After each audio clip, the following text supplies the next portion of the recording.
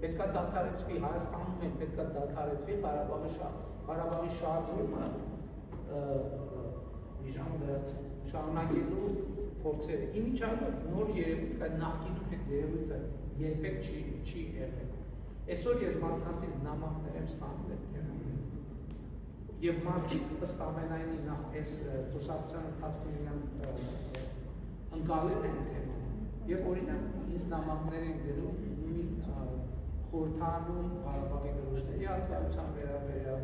ինձ նամակներ են գրում տարբեր ելույթների վերաբերյալ, որ տեսեք ես ելույթում փաստորեն իրենք երկիցը տանում են։ Կներեք, ձեր աշխատակազմը փող է տալիս, որ օրինակ Գեգամ Մանուկյանը կամ են մեկը իրենց սեղանին դրել են Արցախի դրոշը, թե ոչ։ Չի տալիս, չէ, բայց այնտեղ ավելի աշխատակազմը որտե՞ց է ֆինանսավորվում այդ աթոռը եւ այդ նստարանը։ Բայց դրոշը պետական բյուջեից չի։ Բայց ելույթները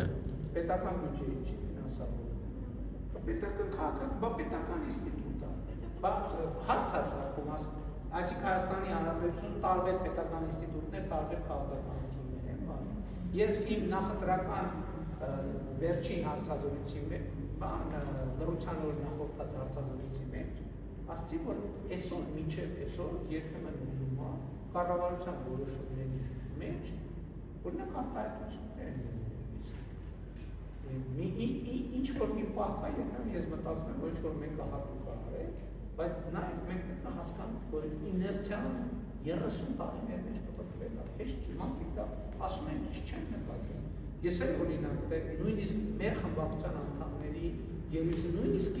խոսույթի մեջ երբեմն օգտագործում եմ իներցիայով բառակապակցություններ, որոնք այդ տրամաբանությունից բացարձակապես դուրս են։ Եվ չարամիտ ընկալման դեպքում կարելի է դա ընկալել որպես երկակի խաղ, բայց դեպքում ինչ ես ասեցիք, բայց դեպքում ինչ ես ասեցիք։ Կներեք, իրենք են ձեզ ասել այդ պատճառահետևանքային կապի մասին։ Իրենք են ձեզ այդ նոտաները հղում, որ տեսեք Արցախի դրոշ կա դրա, չգիտեմ, խոսույթ կա։ Իրենք ուղիղ ասում։ Մենք ծառայություններ ունենք, որ հետազոտում են իրենց մեկնաբանությունները, այդ թվում իրենց սոցիալական ցանցի դիրքերը, իրենց պաշտոնական։ Ուղիղ ձեզ ասել են օրինակ Ալիևի մակարդակով։ Ալիևի հետ որ հանդիպել եք, ինքը ձեզ ասում է։ Ես ձեզ ասացի, որ մենք ծառայություններ ունենք, որ վերլուծում ենք, չենք տեսնում, ինչ են խոսում, ինչ են ասում, ինչ են հարցազրույց։ Բայց ուղիղ ձեզ չեն ասել։ Այդ թեմաները մենք ենք քննարկում բերում ենք թեմաներ, այդ թվում այդ առիթներով։ Եվ ռազմավարական գործարք ես դրա մասին ասել եմ մի քանի, որ մենք առաջարկում ենք ռազմավարական գործարք եւ մենք շարունակաբար այդ գործարքը առաջարկում ենք, բայց այդ գործարքը մենակ Ադրբեջանի չի ուղղված, այդ գործարքը նաեւ ուղղված է մեզ։ Եվ հիմա նոր փուլ է, նոր էտապ է բացվում, որովհետեւ Հայաստանի Հանրապետության քաղաքացիները